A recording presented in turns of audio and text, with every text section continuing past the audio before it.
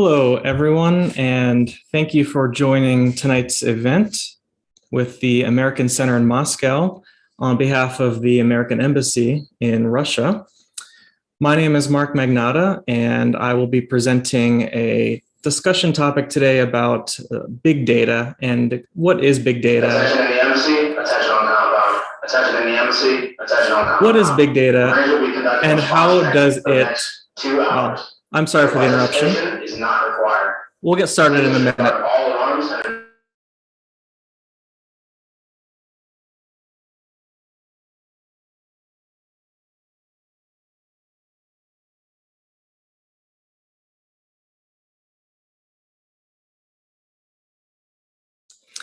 I'm sorry for the pause, the interruption. So the discussion today will be about big data and what is it, why is it useful to society, what are some examples of big data, how is it used currently, and then I'll go over a little bit of some case studies and different examples on how it's used to protect wildlife and the environment. So about myself first, I arrived to the embassy here in Moscow about 1.5 years ago, a little bit over that. I am a diplomat and I'm also an engineer. I hold a Bachelor of Science degree in aerospace engineering. And before I arrived to the embassy here, I was actually an engineer for about 7 or 8 years. And I worked in the aerospace industry, and big data is used an incredibly amount of applications in aerospace and of course in engineering and design. And what I found was some examples of that, and I will discuss a little bit about that later. But my experience in aerospace, it was very similar to working in, for example, here in Russia, Sukhoi or Tupolev, for example, big aerospace companies. And well, before Moscow, I was in Washington, D.C. And then before that, I was an English teacher in Armenia. And I also studied a bit in the Middle East. So I'm happy to present this on behalf of the American Center.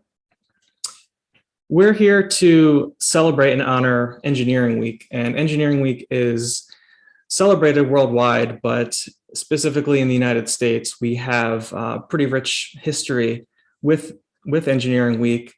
It started back in 1951, and the National Society of Professional Engineers was doing this to honor kind of the heritage of engineering, and actually to honor America's first engineer in many ways, George Washington, our first president.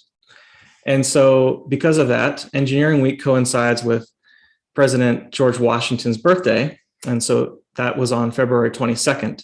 And this year, Engineering Week coincides with February 21 to 27 for this week. So in the US, typically Engineering Week is celebrated by companies and by government agencies. For example, where I work, the United States Department of State, and my company in aerospace, we celebrated it each year to promote engineering, to do recruiting, to tell the world more about engineering, and a lot of focus was on STEM, so STEM, science, technology, engineering, and mathematics, and also STEM education to try to boost interest in STEM and technical topics. So we will go into big data, and big data is a term that you probably hear a lot these days. It's quite popular, it's a buzzword. What is actually meant by big data? How is big data different from normal data? What is meant by that term? So big data is a field where we study data coming in from many sources, sometimes more data than we can actually handle.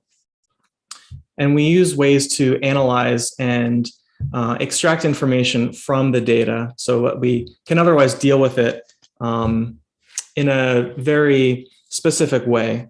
The idea is we have more data in the world than we can do anything with. So this field of study and data analytics is really meant to find ways to make useful decisions based off of an extremely large volume of data. That can lead to mathematical modeling, for example, that can lead to predictive analysis, to machine learning, artificial intelligence. And at the end of the day, the goal is to use big data to better society, to identify a problem and solve it, just like all engineering. Engineering is meant to solve problems in society. So big data deals with these large and complex volumes of data. And data is just, it could be anything, numbers, words. It can translate into, for example, today on your smartphone, a text message, an email, or social media, likes, images, video. And the services and companies that make these available, and they use big data to drive decisions. The main example that I would identify for this on social media, for example, is how to make somebody's behavior on the social media platforms profitable or to generate income or some money. And so there's a huge field dedicated to taking information about a person and reducing that into some sort of, using an algorithm, some sort of way to predict what this person's thinking, what they're going to do, even what type of products they're going to purchase. So big data is just a large scale of using small pieces of data to make decisions. And usually they're too complex for traditional data processing tools and ways of handling it. So it calls for some special handling. And why is big data used? Why is it important? Well, as I kind of alluded to, you can model mathematically outcomes. You can reduce the amount of work by humans. If you have some sort of, we'll say, artificial intelligence or machine learning tool that can take large, like thousands and thousands of millions of different data points to generate something, then the value of that is it reduces time, it reduces complexity, and it saves money. And you can actually arrive at a more accurate picture. So, prediction is one of the tools, or I should say one of the outcomes of using big data. To predict, for example, wildlife applications, which we'll talk more about shortly, predict where wildlife is in the world, the number of species of an animal, their migration patterns, taking a census, or just trying to figure out what is the population of a group of species, or maybe even trying to save them from extinction. And how is big data used to prevent extinction of wildlife, or to, for example, track the coral reef in the ocean becoming extinct? So in theory, if we have thousands of data points from satellites, from pictures, from recordings, from temperature data, from ocean height and humidity data and other atmospheric data, if you can take all of these things and put them into one program, then you can spit out an answer. That's the whole goal of big data and why it's used. So an example is, let's take an old calculator. Calculators have only a few data points on them. They have numbers, operations, mathematical operations. It's a very simple, simplistic way to look at data. One number is a piece of data. And now compare that to a smartphone and all of the different things you have on smartphones and all the different pieces of data you have. How do you handle that complexity? A human being cannot possibly sort through that data and look at what's going on. Some more examples of where we have too much data.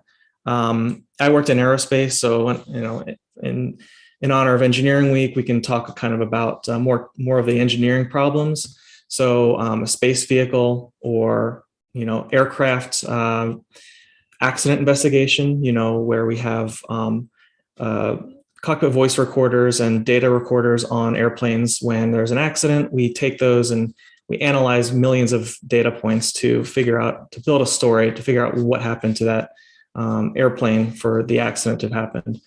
And there's no way a human can do that without some sort of tool and processing all that data. Another one recently is COVID, tracking COVID transmission using smartphones. That was an example of using big data.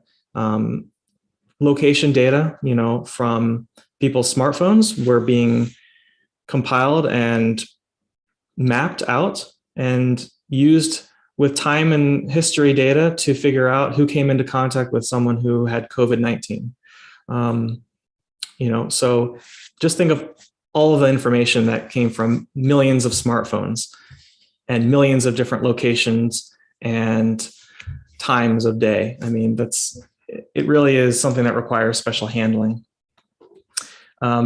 Also, a little bit more complex, but computational fluid dynamics is a field of study that's used to predict how airplanes will fly in a simulated environment. So it's almost like testing an airplane before it flies when it's in the developmental phase. Millions of data points and calculations that go into that. Big tech companies use big data: Facebook, Instagram, Amazon, here in Russia, Ozon, Wildberries. These types of online shopping portals and platforms use your historical purchases to try to figure out what you're going to buy next, sometimes maybe even before and they'll use that to market and to advertise on their website because they think that you are likely to buy that thing. And of course, there's ethical concerns and legal considerations with using big data and using personal data, which we'll talk about a little bit as well. I think personally, the most useful outcome for big data is machine learning and programming artificial intelligence to drive decisions on their own, so that you train them with real life data and they can predict future data with accuracy.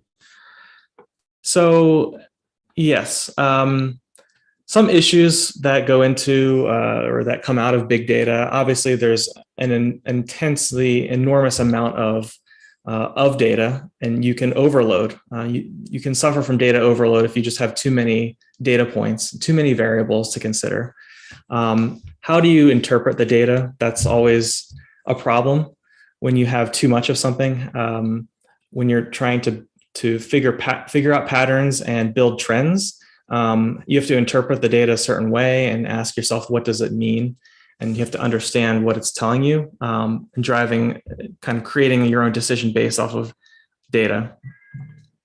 However, there is also an ethical concern, personal data ownership, private entities versus governments using your data, and it's a privacy issue. A lot of countries have policies and laws about data usage.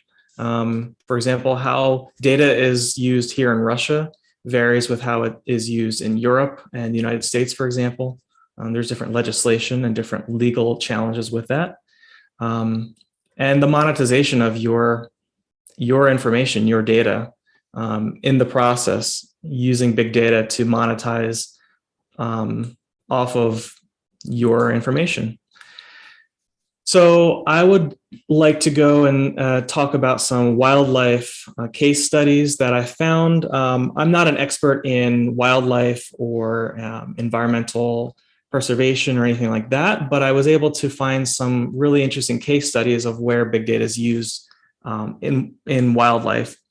So the first one, there was back in actually this month, I found an article from this month talking about how animal researchers are using AI to interpret satellite imagery and using satellite data to identify animals and count them, tracking their locations over their lifetimes and figuring out their migration patterns.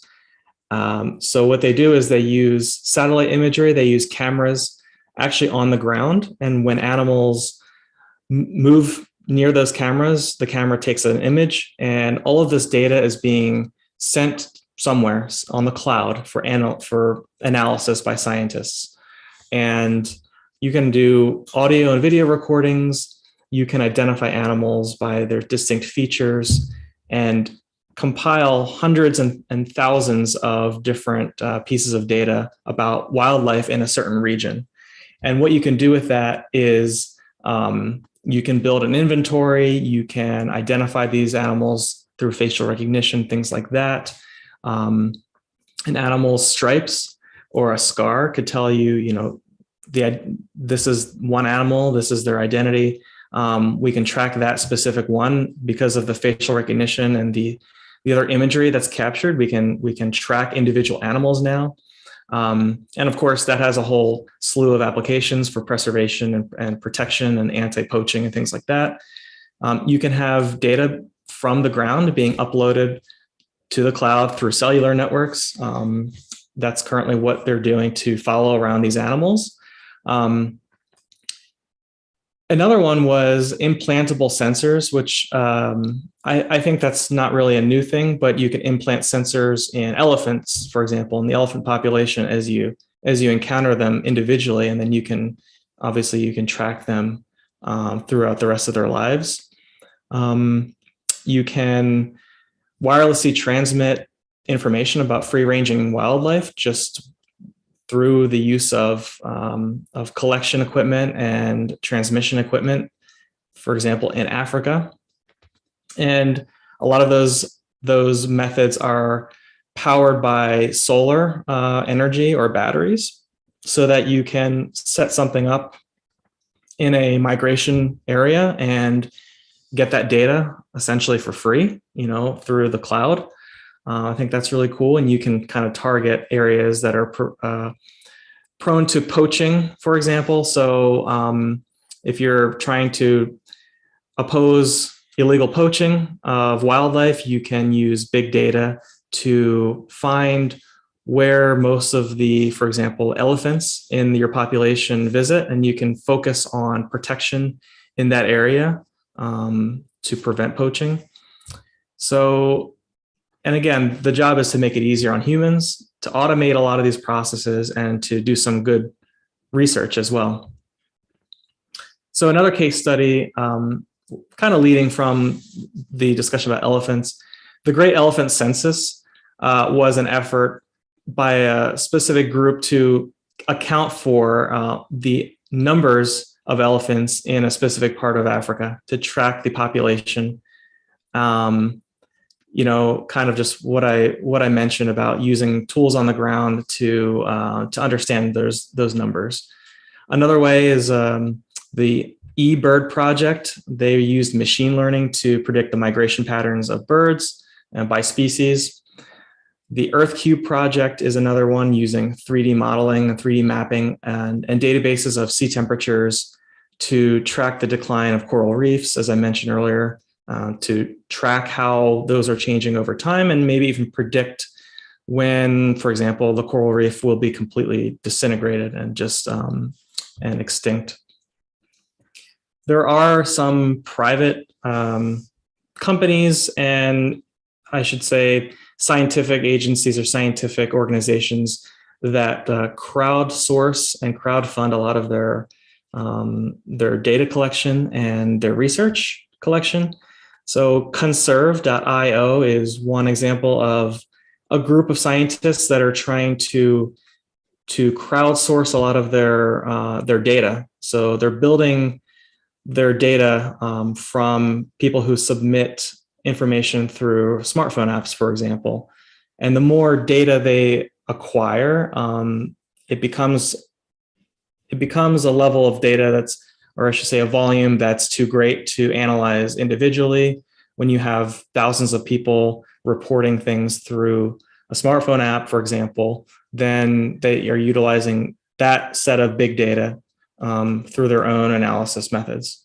The way it would work is you have a smartphone app that every time you're in a specific area and you see a oh, I think I lost my video. One second. I'm sorry about that. So if you're in an area like Florida, for example, in the United States, and there's a whale population, or even say Alaska, where a lot of whales live, that's where their habitats are. Using a smartphone app, you can report a sighting. And every time someone reports a sighting of a whale or a shark or other animal, sea creature, you can help build a database of where these animals currently reside, where they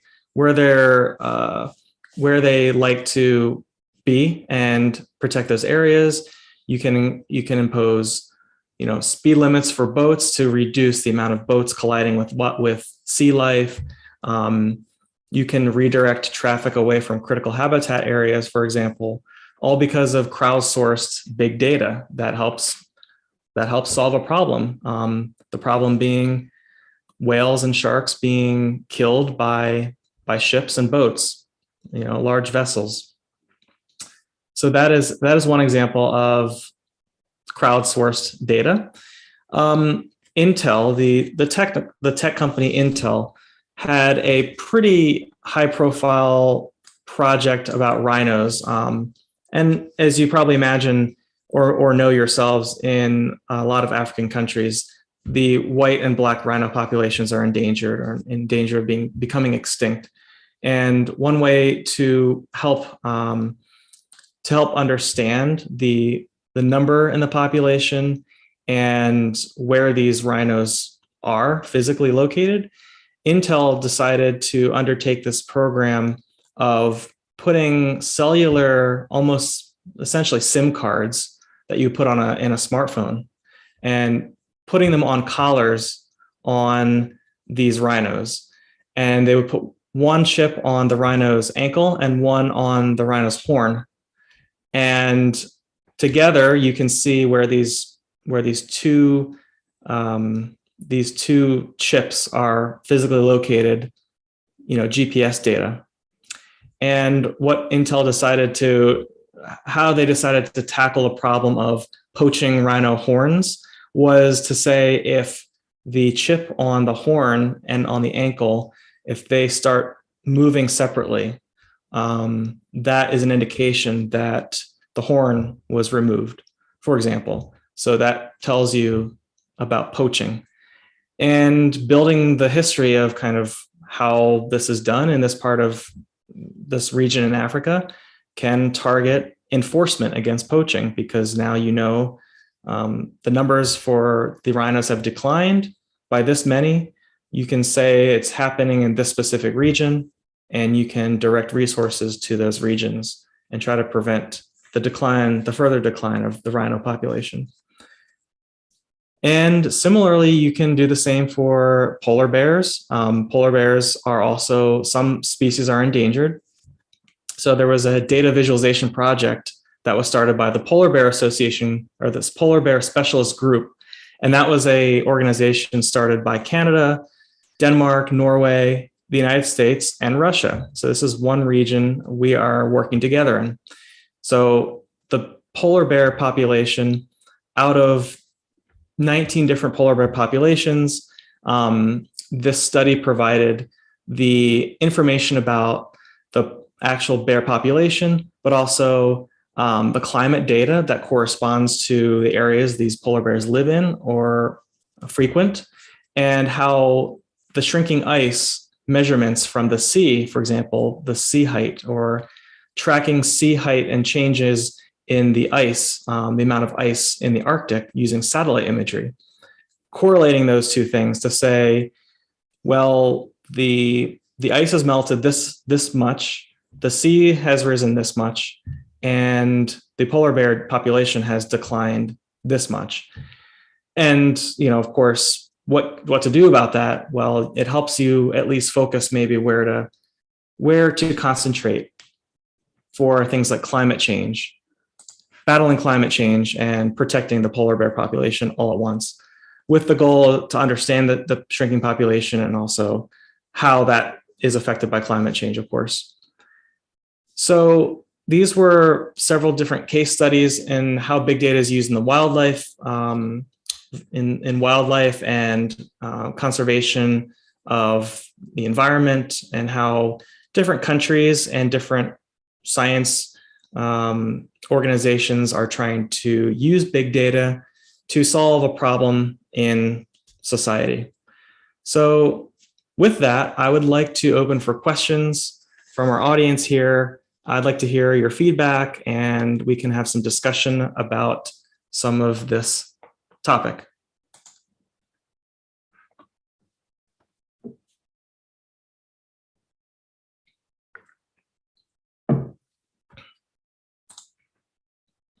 You can submit your questions. If you're using YouTube, you can submit questions there.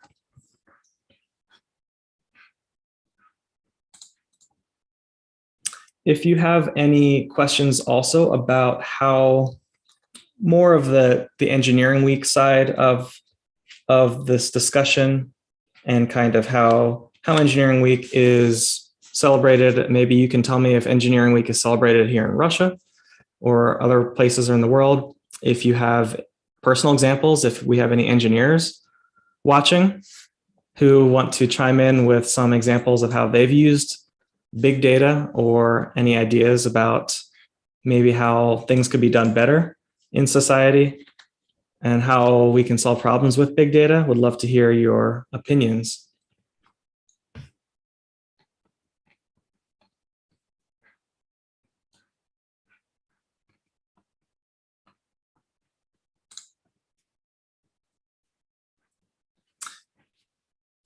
So a question about ethics.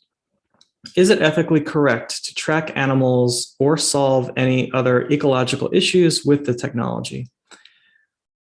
Well, I would say that's a whole separate discussion about ethics of animals. You know, animals can't make their own decisions, and they cannot prevent poaching. They cannot prevent becoming extinct because of human-made climate change. So I think the way we use technology to protect populations is ethical. I think that as long as the data is used ethically, right? I mean, it really is about the person using the data and what they're trying to do. Obviously, scientists are using it to help populations. Poachers could also and may also use data that they gather to find where these animals are, and they can remove their horns, or they can go hunt for these animals. It's really about who's using the data. I think that data collection in general is not unethical.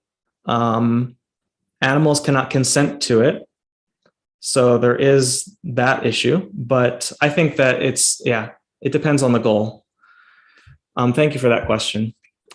Another question: does big data have a certain expiration date, just like paper documents? And for how long can it be considered reliable enough and not outdated? I think that, big data, just like anything else, can have a period of usefulness, right? If you collect data about a rhino population and don't do anything with that data after a couple of years, you may not be able to use that to predict future trends. You can have a historical context, you can have historical data. That's important. In that way, I don't think we would worry about expiration of historical data, because you can be creating something that relies on historical data, and the more you have, the better your model might be. And so I think historical data is really important, actually, and it drives modeling and drives artificial intelligence and machine learning. So in that way, I would say big data doesn't really have a standard expiration date like a paper document. But of course, it all depends on the scope of your project. If you're only interested in climate change data from the past couple of years, or something like that, then you might not use that data if it's older than what you're looking for. So for how long can it be considered reliable? Really, that's kind of up to each person who's using the data to specify, really. So another question, how often does such analysis in the area of wildlife how often must it be or could it be done from the perspective of payment for the job? Is this a one-time job, or big data collection must be done once a month? Well, I see big data as a constant process. But of course, if you had a project that is only for a couple of years or a couple of months, then of course that's your collection period. You could also collect data and then stop collecting in order to focus on the analysis, because again, the problem with big data is you usually have more than you can use. So if you're collecting months and months and years worth of data and you're not able to do anything with it, then it's just going to keep piling up. So I think that if you can collect data and store it, and you have a means to do that, and it doesn't cost you a lot of money, then I say do it, right? You collect that data and save it.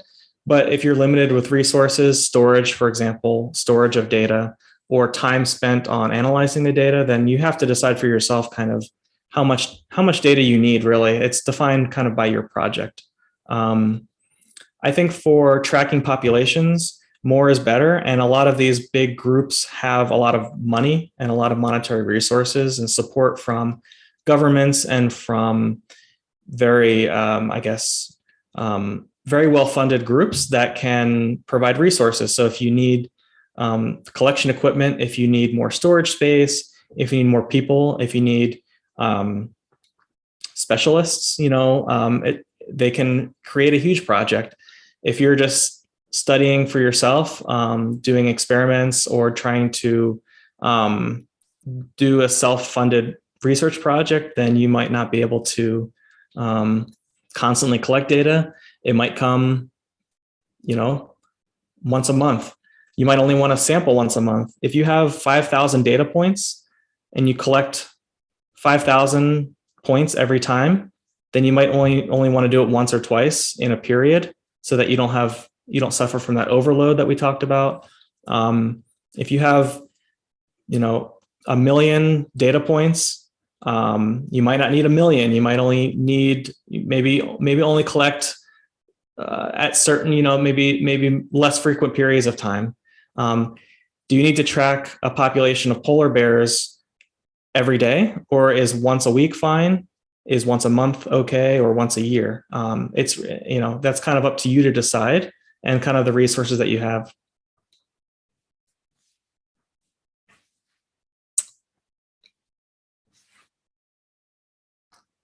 I will ask you, the Russian audience here, do you find that engineers or engineering efforts are celebrated in Russia? Do you find that you want more recognition of the work engineers do, or do you think that the population and people here in general celebrate these things?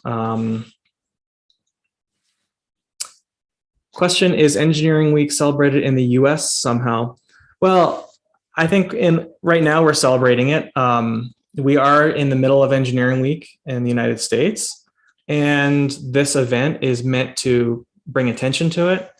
I think in my engineering, I don't know, I don't, in my time as an engineer, a lot of it was focused on STEM education and trying to increase awareness of STEM opportunities, especially targeted to like women, for example, boosting numbers of women and minorities in engineering and in those fields.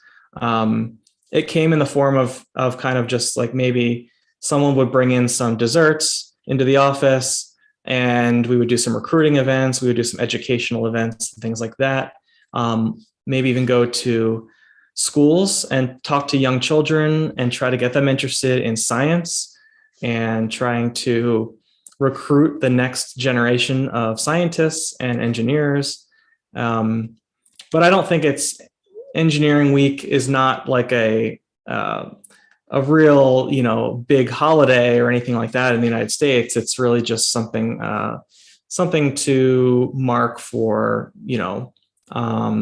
just like anything else, right?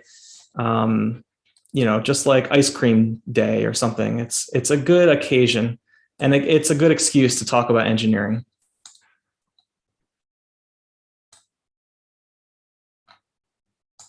Do we have any wildlife experts on, or any data scientists? I would love to hear some perspectives about kind of what you do and how you use big data.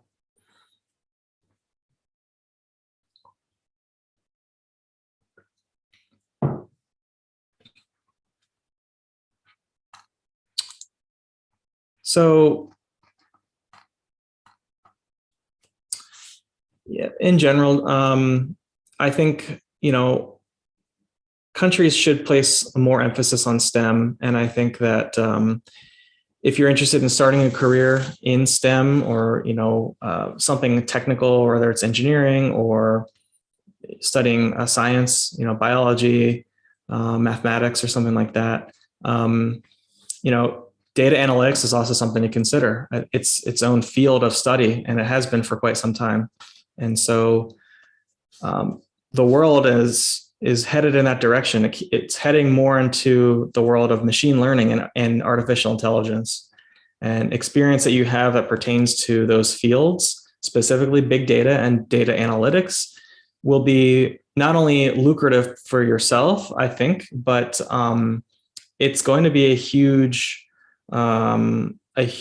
increase of kind of where our research is headed. I think not only research, but businesses that don't care about bettering a problem. They just want to increase their revenue.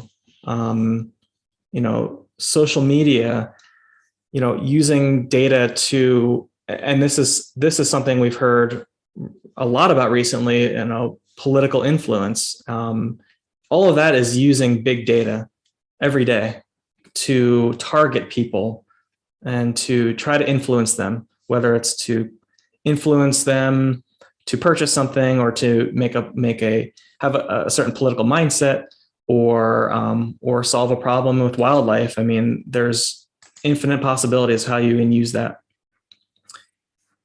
So another question regarding the question in Russia.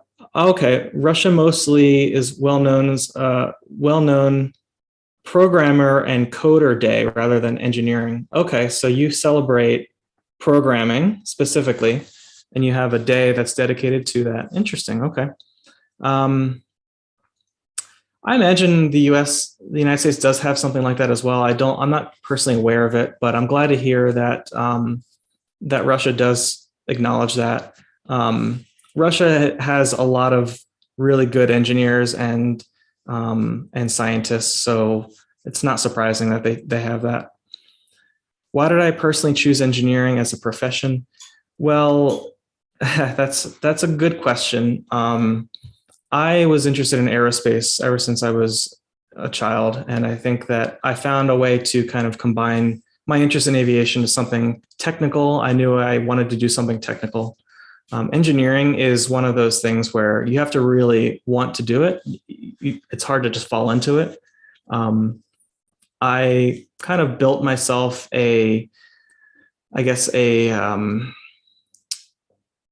built up my own interests that related to solving problems and kind of using science to do that without actually studying science by itself. I wanted to actually produce something with it. I wanted to feel good about solving a problem.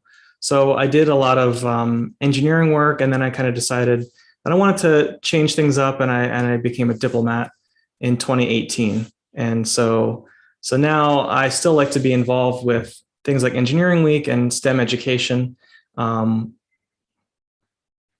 also my day job as a diplomat is a little bit different than my previous. So a comment, in Russia, we don't celebrate Engineering Week. Most probably we have some sort of professional holiday, but it's not a federal holiday. Yeah, and in the United States, it's not a federal holiday either. It really is just more of a fun kind of holiday. Not even a holiday, but just a kind of a fun week of recognition. Russia does not have one. Okay. Question, are there any cooperative projects related to big data happening between experts from Russia and the US? Well, the one I just mentioned about polar bear research is a joint effort between Russia and the United States and some others.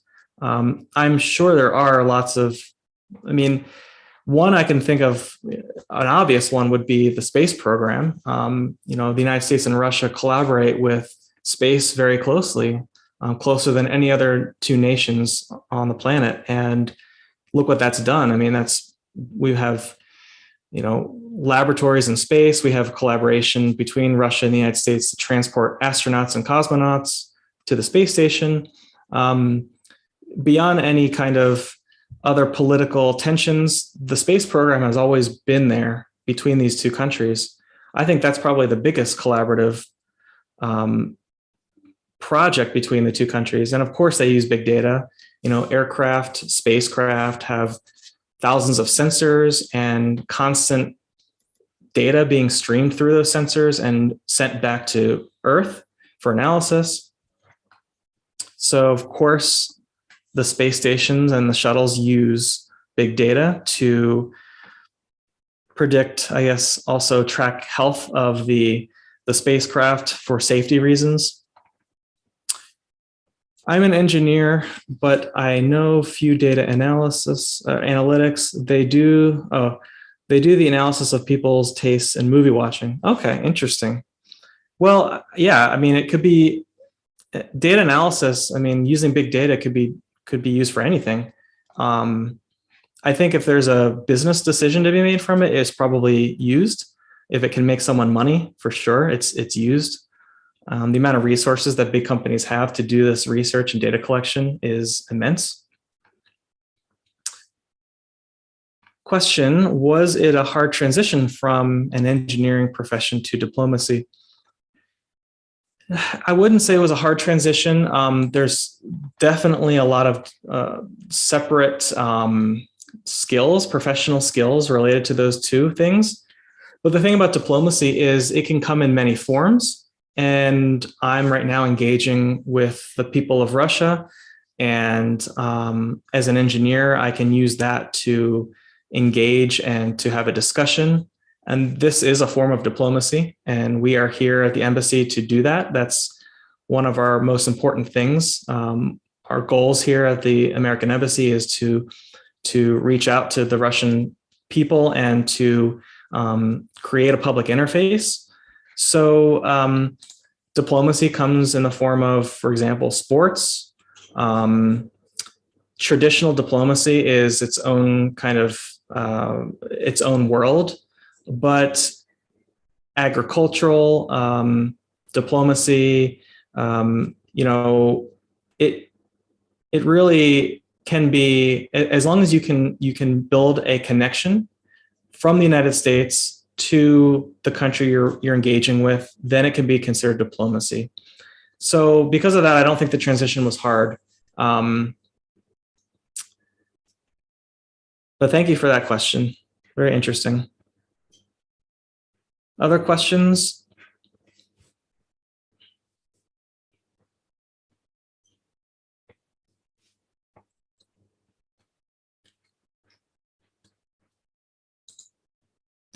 Do you know of any unusual uses of big data?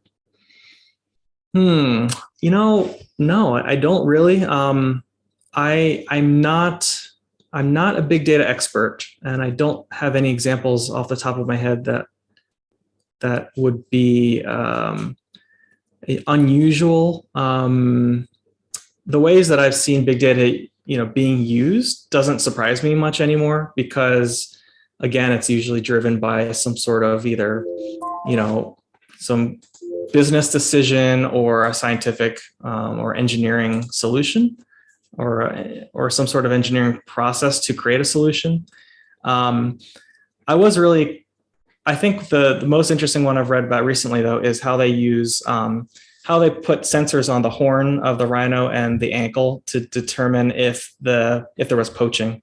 I think that's really smart.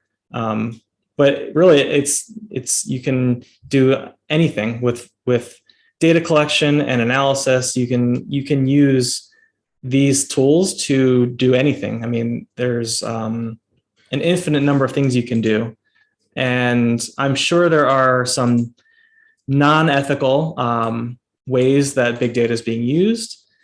I mean, I guess, I'm not an expert in the whole, social media influencing, but we know that people are influenced through social media, and that could be used nefariously, of course.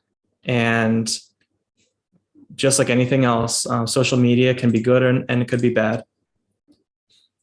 Question: is the risk of cyber criminal attacks on big data database systems containing personal data of social media portal users growing?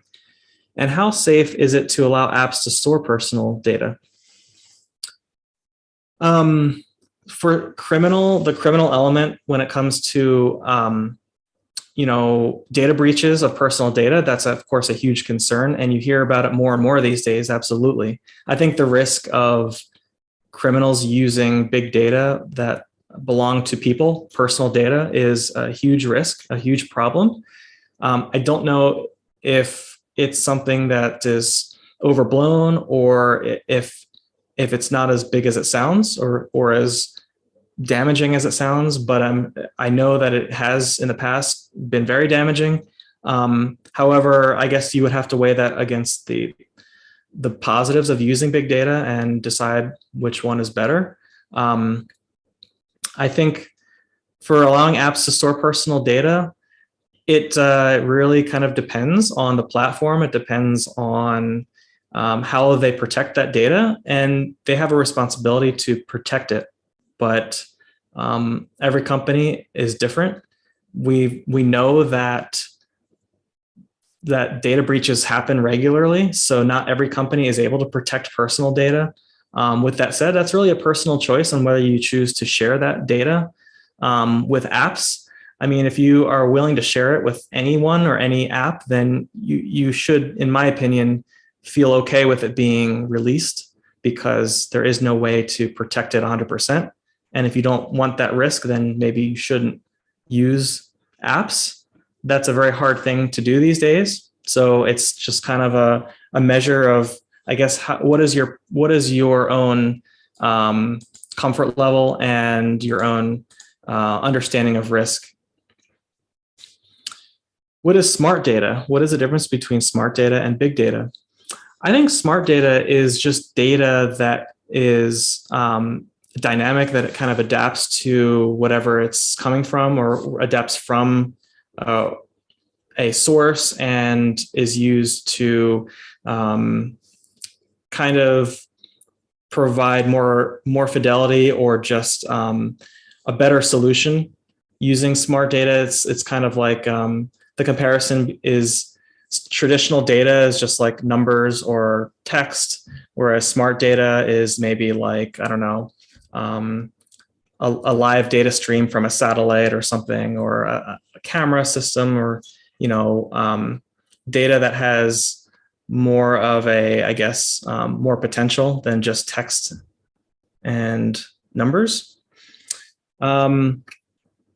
Big data really isn't different from any other data. It's just a collection of data. So you can have traditional, regular old numbers, and you can have thousands and millions of data points, or you can have images, you can have audio and video data. That is also a form of big data if it's used in a collective way.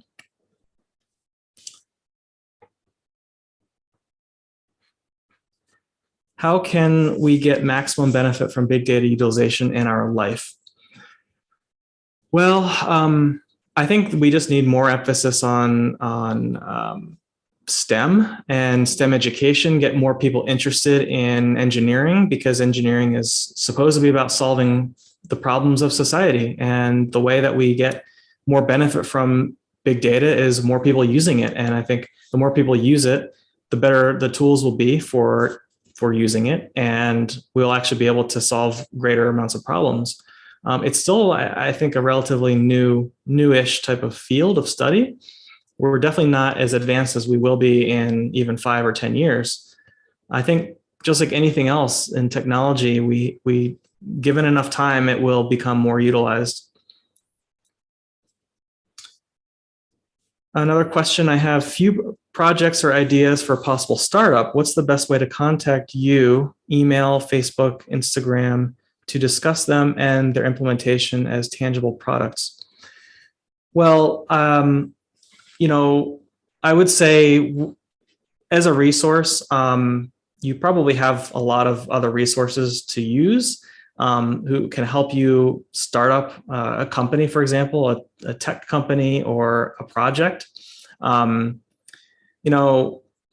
here today to kind of talk a little bit about the uses of big data, but I'm by no means an expert and would feel inadequate to discuss or help implement anything that you may be working on. But I encourage you to reach out to other people who've created startups who are in that field, and hopefully you'll be able to learn from them and know the direction to go from there.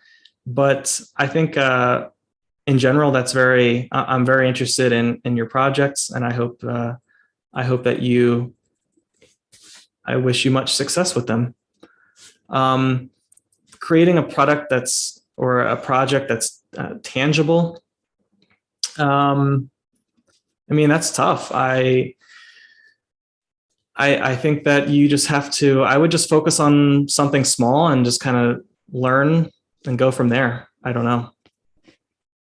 How are academic libraries adapting to e-science, cyber infrastructure, and big data? Well, library science is a whole field of study as well. And they definitely use big data because of the amount of resources, and the catalog of whatever's in their library is probably way larger than they can track or deal with physically. I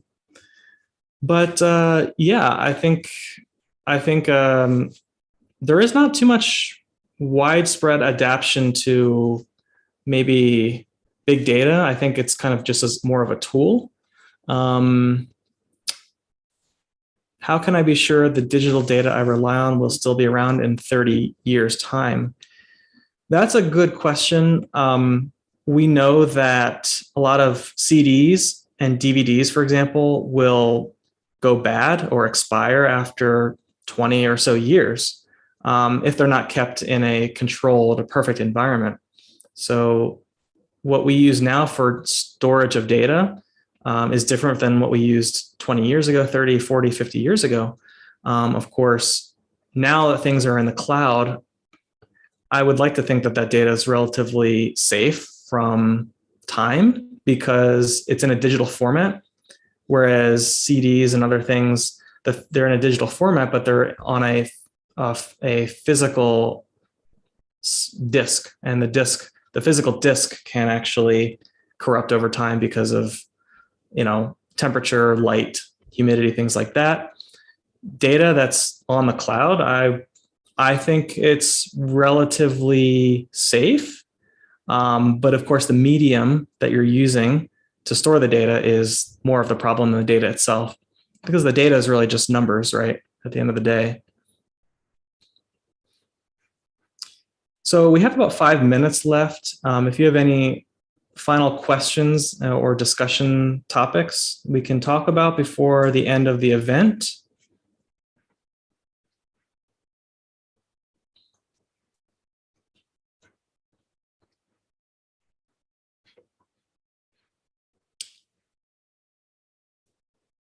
I hope that, if anything, the presentation kind of got you more interested in data science and lets you appreciate a little bit more about the engineers in our society and kind of what they're doing and how they're using data to solve problems. And I hope that it was at least a little interesting to hear about the different studies, the different projects that people are doing. I know it certainly was for me when I was researching this topic more for this presentation.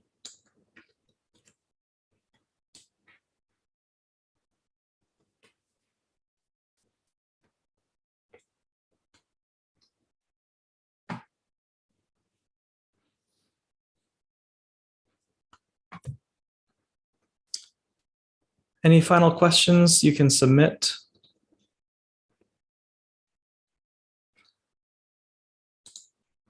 Okay. Another question, are there any research works or technological development works around smart greenhouse, drones, and artificial intelligence? I can say for sure drones are used for image capture and that those images are used in modeling. It's just another source of data in the big data machine, and how drones are used almost like satellite images to track wildlife, for example, to take pictures and see trends over time. I know that some of these projects that I mentioned use drones for that additional source of images, just like a satellite image, for example. And yeah, smart greenhouse, I'm not familiar with the smart greenhouse concept really. Artificial intelligence, though, is kind of the goal here, because what good is all of this data if you can't do much with it or anything with it, because you need some sort of process. And the process to go through all of your data is something best suited for artificial intelligence, machine learning, so that you can have a model and you just put your numbers in, your data, and it comes out with some sort of conclusion or prediction, and you can drive decisions based off of that. Artificial intelligence, yes, it's definitely, there's a huge body of research and development around artificial intelligence. And I think you see it without really knowing it. Attention to the embassy, attention on compound. Attention to the embassy, attention on compound. The Marines have concluded the response training. Please treat all future alarms and announcements as actuals unless otherwise directed by post one. I say again, the Marines have concluded the response training. Please treat all future alarms and announcements as actuals unless directed otherwise by post one. Thank you. Sorry for the disruption. That is just life living on an embassy compound, unfortunately. So we have about 2 minutes left. I would just kind of like to say thank you in closing. Thank you for attending and for letting me talk about big data and letting me kind of maybe change your perception, or maybe just pique your interest a little bit on kind of what you know about data science and how big data is used. We here at the American Embassy in Moscow are very interested in hearing feedback about these types of events and what you would like to see more of. And the American Center in Moscow is our platform for doing these engagements. So I encourage you to reach out to AMC on their website, amc.ru, or the social media accounts to try to discuss ideas or provide feedback, or just let us know how we're doing. And I hope that you attend more of these events in the future. And I thank you very much again for attending.